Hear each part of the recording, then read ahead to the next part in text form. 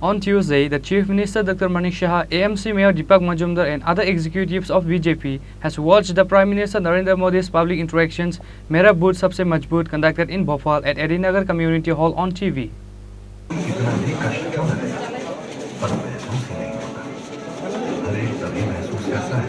The PM Narendra Modi has addressed to the public with the theme of Mera Booth Sabse Majboot in Bhopal. On Tuesday, the Chief Minister Dr. Manik, AMC Mayor Deepak Majumdar, 39 number Ward Corporator Alok Roy and other executives of BJP has watched the PM Narendra Modi's public interaction Mera Booth Sabse Majboot at Edinagar Community Hall on TV. The Chief Minister Dr. Manik and other invited guests has given honor to the portrait of Deen Dayal Upadhyay with a flower garland before the program began.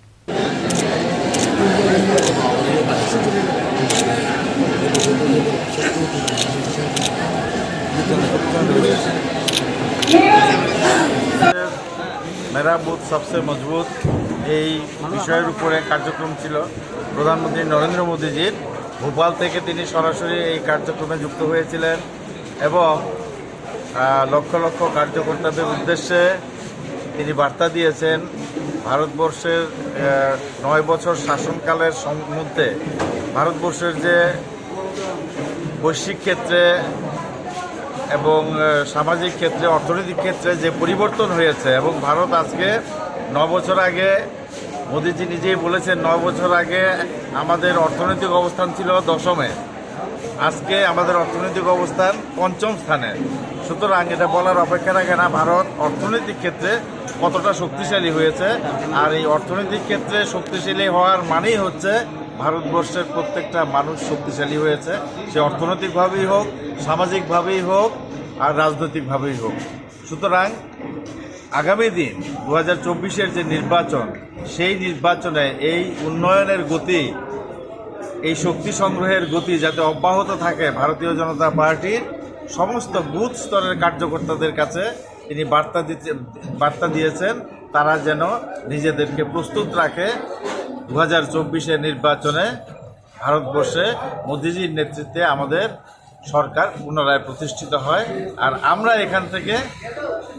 আপনাদের মাধ্যমে জানাতে চাই এ রাজ্যে আমাদের দুটো লোকসভার আসন আছে এই দুটো লোকসভার আসন আমরা আগামী 2024-এর নির্বাচনে আমরা মোদিজিকে দেব এবং এখান থেকে ভারতীয় জনতা পার্টির কার্যকর্তারা এই সংকল্পই গ্রহণ করেছে আজকে প্রধানমন্ত্রী দেখলাম ভাষণে বিরোধী জোটকে নিয়েও সমালোচনা করেছেন এটা করে আপনি কি বলবেন বিরোধী জোটকে নিয়ে স্বাভাবিকভাবে কথা এসছে উত্তর দিয়েছেন বিরোধীরা বিরোধিতার জন্য বিরোধিতা করে তাদের মধ্যে কোনো কনস্ট্রাকটিভ বিরোধিতা নেই এবং প্রধানমন্ত্রী পরিষ্কারভাবে বলে দিয়েছেন বিরোধীরা কোন কোন ধরনের কর্মকাণ্ডের সঙ্গে জড়িত সুতরাং জনসাধারণের কাছে তাদের গ্রহণযোগ্যতা নেই ভারতীয় জনতা পার্টির গ্রহণযোগ্যতা মানুষের কাছে অনেক বেশি সুতরাং তাদের ঈর্ষা হচ্ছে ঈর্ষা থেকে তারা বিভিন্ন কর্মসূচি নিচ্ছে বিপরীত মেরুর দলগুলো একত্রিত হচ্ছে কি করতে হবে বিজেপিকে ক্ষমতা থেকে সরাতে হবে মোদিজিকে সরাতে হবে সরানো হলে বিজেপি না থাকলে মোদিজি না থাকলে